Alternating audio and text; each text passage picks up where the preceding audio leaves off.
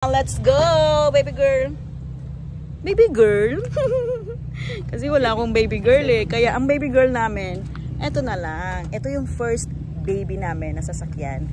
Kaya tinawag namin siyang Ava or Ava. And may bonus pa. Kuha din ng panganay namin ang kanyang card license.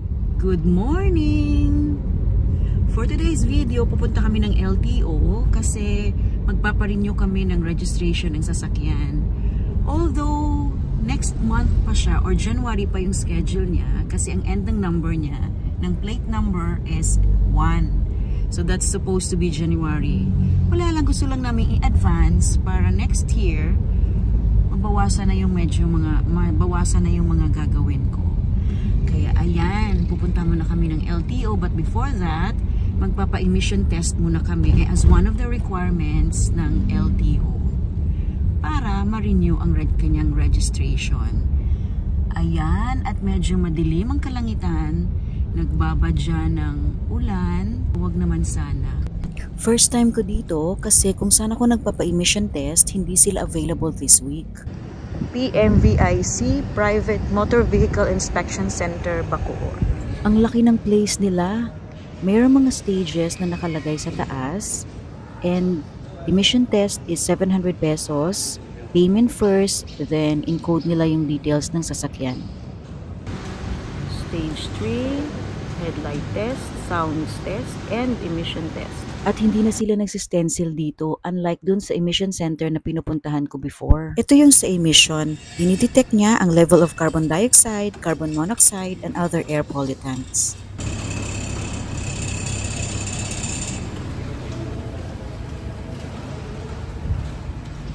Ang ganda nito oh. Ito yung headlight tester nila. Chine-check kung okay ba ang taas at baba ng beam ng headlight. We're done with the emission test. Okay siya. And kukuha na kami ng insurance and magpo-proceed na sa LTO. Dalawang po? Ay grabe, isa lang. Ay, isa lang. Nauubo ako eh. Si sir. Ha? Ang buko ni kuya oh, ang sarap. 20 pesos lang yan. Ito si kuya oh. Say hi kuya. Say hi! Ano daw? Welcome to my coconut BJ! Meron din kaming siomay. Beef siomay. Magkano kuya? 25 po isang order. Ilang piraso? 4. Sige, go. Isang order lang. At dalawang order daw. Wala mga mas mahabang ano. Kulang ma'am talaga yung ano na. O sige. Hirap lang kami po. Sumali ka sa showtime. Awawawin ka ba? Hindi ka showtime? Tapos na kami sa insurance. Proceed na kami sa LTO para sa kanyang car registration. Hanggang dito na lang muna ang video. Bawal na sa loob. Ang luwag. Oh, wala gaanong tao. Sabi nga nung sa siomay, matumal daw yung benta nila. Kasi wala gaanong tao sa LTO. And we're done! Nakuha na namin yung registration niya for 2025. She's good to go! Let's go, Ava! Let's go, baby girl! Baby girl? Kasi wala akong baby girl eh. Kaya ang baby girl namin, eto na lang. Ito yung first baby namin na sasakyan. Kaya tinawag namin siyang Ava or Ava. She's our baby girl. She's my baby girl.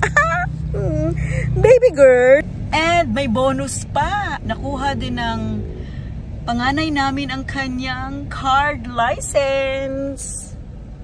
Ayan, nakuha na ng anak namin ang kanyang card license after waiting for 1 year and 3 months using paper license.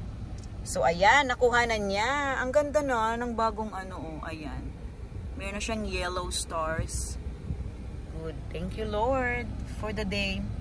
Natapos kami, emission test, insurance, and registration for 1 hour lang. Ang bilis kasi nga wala ganong tao sa LTO. Wala ganong tao sa lahat ng area na pinuntahan namin.